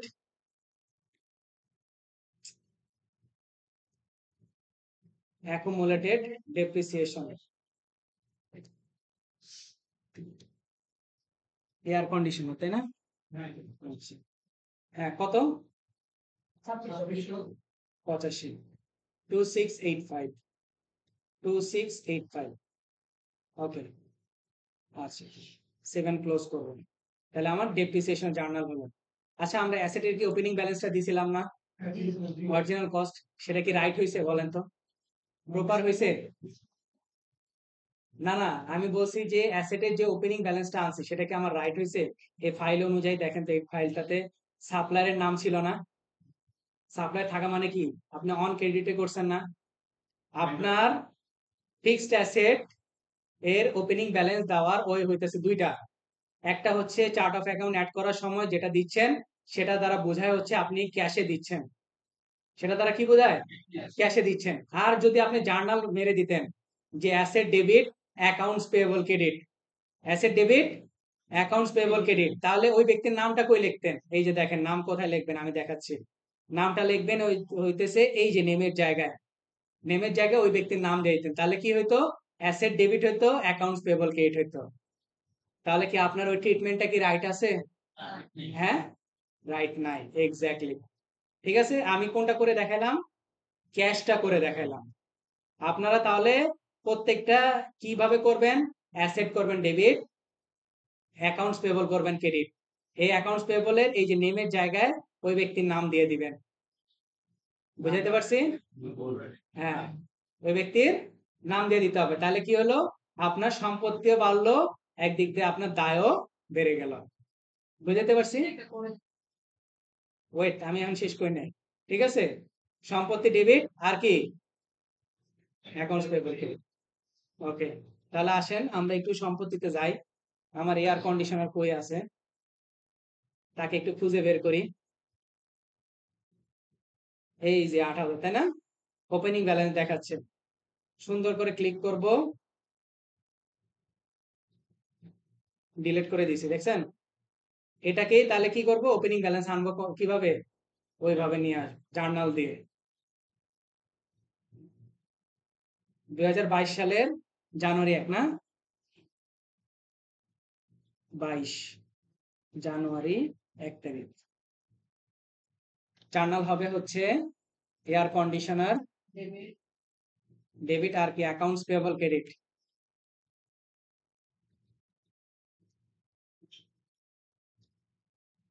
accounts payable credit, নামটা কার ছিল? কিথ ডেভিস, তাই না? কিথ ডেভিস অবশ্যই আছে। হ্যাঁ, কত কত ছিল ওপেনিং ব্যালেন্সটা? ৮০০০, তাই না? ৮০০০, ৮০০০। এইবার অ্যাকাউন্টিংটা হবে আমার প্রপার অ্যাকাউন্টিং।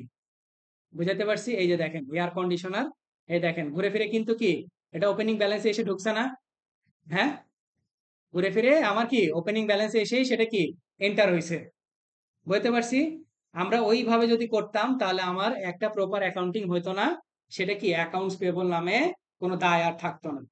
দায় গায়েব করে ফেলে দিছিলাম তখন আর কি। ঠিক আছে, এটা করা যাবে না। আপনার অ্যাকাউন্টস পেয়েবলও আনতে হবে, আপনার অ্যাসেটটাও নিয়ে আসতে হবে, যদি অন ক্রেডিটে আপনি অ্যাসেটটা নিয়ে আসেন। ঠিক আছে, ক্যাশে কিনলে তো ক্যাশে কিনলে ওই চার্ট অফ অ্যাকাউন্টস এর সময় জাস্ট অ্যামাউন্টটা দিয়ে দিলেই আপনার হয়ে গেছে, ওটা আর কোনো ঝামেলা নেই। আমার তখন সাপ্লায়ার কেন আসবে? ক্যাশ কিনলে কি আর সাপ্লায়ার আসে? তখন তো সাপ্লায়ার আসে না। হ্যাঁ, আচ্ছা, তাহলে আমরা কি দেখলাম? আমাদের ডেপ্রিসিয়েশন অ্যাসেট অ্যাড করা দেখলাম, ডেপ্রিসিয়েশন হিসাব করা দেখলাম। এবার আসেন ডিসপোজাল করব। কি করব? ডিসপোজাল করব। তাহলে ডিসপোজাল করার সময় ডিসপোজালের জার্নাল কি আমাকে কি বলতে পারবেন? এনিওয়ান? ডিসপোজালের জার্নাল, ডিসপোজালের জার্নাল কি বলেন? এতগুলো অ্যাকাউন্টেন্টের মাঝখানে আমি কি এক্সপেক্ট করতে পারি না? না, ডিসপোজাল এই না খালি ক্রেডিট জার্নাল জানতে চাইছে, পুরো জার্নালটা একটু ভালো। ক্যাশ ডেবিট রিলেটেড অ্যাসেট আচ্ছা, ক্যাশ ডেবিট, ওকে, অ্যাসেট ক্রেডিট আপনার অবশ্যই রিলেটেড অ্যাসেট ক্রেডিট। split হবে যে অ্যাসেটটা ডিসপোজ হবে ওটা অ্যাকাউন্টে ট্যাক্স হবে হ্যাঁ, ওটা ঠিক আছে। আর আর কি কি হয়? দেলোয়ার ভাই অলরেডি বলে ফেলছে, অ্যাকোমোডেড ডেপ্রিসিয়েশন ডেবিট হয়ে যায়। মানে ওই অ্যাসেটের সকল অ্যাকোমোডেড ডেপ্রিসিয়েশন কি শেষ হয়ে যাবে।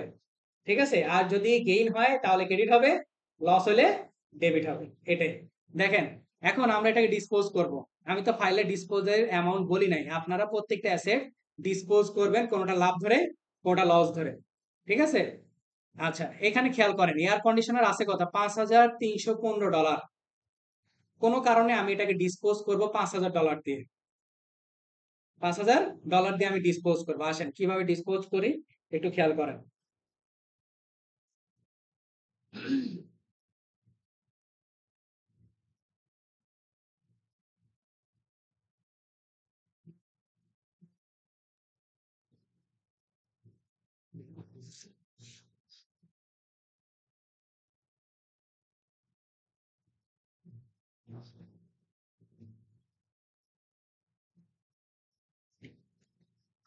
আচ্ছা, তা আসেন লাস্ট নিতে চলে যাব, জার্নাল এন্ট্রিতে যাব।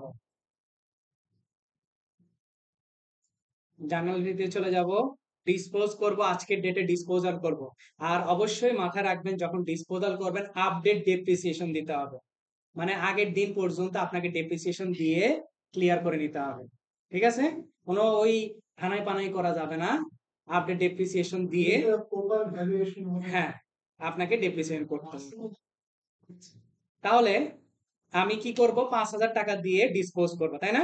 টাকাটা কিসে নিব? অবশ্যই ব্যাংকে নিব, তাই না? তাহলে ওয়েলস ফার্গোতে নিয়ে আসব, কত? 5,000। তারপরে কি অ্যাকুমুলেটেড ডেপ্রিসিয়েশন হবে, তাই না? অ্যাকুমুলেটেড ডেপ্রিসিয়েশন এয়ার কন্ডিশনার কোন অ্যামাউন্ট হবে? অ্যাকুমুলেটেড ডেপ্রিসিয়েশনের যে ভ্যালুটা আছে, কত আছে? 2,685। ডেবিট হবে 2,685। আচ্ছা, আমি একটা ঘর ফাঁকা রাখলাম, আমি হিসাব করতে পারি না কোনো কারণে, লাভ হয়েছে না লস হয়েছে, আমি একটা ঘর ফাঁকা রাখি, কোনো সমস্যা নেই। আর কি হবে? অ্যাসেটের নাম কি হবে? কেট হবে, তাই না? এয়ার কন্ডিশনার কোন ভ্যালু দ্বারা বলেন তো? কস্ট প্রাইস, যেইটা আমার এই যে এখানে ফাইলের মধ্যে ছিল অরিজিনাল কস্ট প্রাইস 8,000 দিয়ে কেট করব। 8,000 দিয়ে কেট করেন। দেখেন তো এবার আপনি নিজে বুঝবেন কোন দিকে কম, পাল্লা কম কোন দিকে? ডেবিটের দিকে না? তাহলে বাকি টাকাটা কি হয়েছে? আপনার লস হয়েছে না? তাহলে এটা কোন অ্যাকাউন্টে যাবে? Loss or gain on disposal of asset. এই যে দেখেন কত টাকা? 315। বুঝতে পারছি কেন ফাঁকা রাখছি? ওই যে লাভ লসের হিসাবটা সুন্দরভাবে বের করেছি। ব্যালেন্স যেদিকে থাকবে ওই দিকে আমরা যাব, যদি ডেবিটে থাকে তাহলে লস, এইটা হইলে লাভ। এটাই হচ্ছে আমার জার্নাল। তাহলে দুই পাশ সমান হয়ে গেছে, আমরা এখন 7 ক্লোজ। তাহলে রেজাল্টটা কি দাঁড়াচ্ছে? আমার কি অ্যাসেট আর থাকবে? থাকার অপশন আছে আর? না। ওকে, আমরা দেখি আমার অ্যাসেটের কোনো ভ্যালু আছে কিনা। যদি না থাকে তাহলে আমরা বুঝবো যে আমাদের অ্যাকাউন্টিং ঠিক আছে। এই যে দেখেন তো এয়ার কন্ডিশনার কি জিরো হয়ে গেছে না? অ্যাকুমুলেটেড ডেপ্রিসিয়েশন কি জিরো হয়ে গেছে? তাহলে আমার ডিসপোজাল কি সঠিক হয়েছে? ওকে, এইভাবে করে আপনারা প্রত্যেকটা অ্যাসেটের এন্ট্রি করবেন, তার ডেপ্রিসিয়েশন দিবেন এবং ডিসপোজাল করবেন। কোনটা লাভ ধরে করবেন, কোনটা লস ধরে করবেন, তাতে নিজের জন্য বুঝতে সুবিধা হবে। ক্লিয়ার? তাহলে আজকে আমাদের টপিক গুলো অনেক ছিল আসলে, মোটামুটি 10টা। অনেক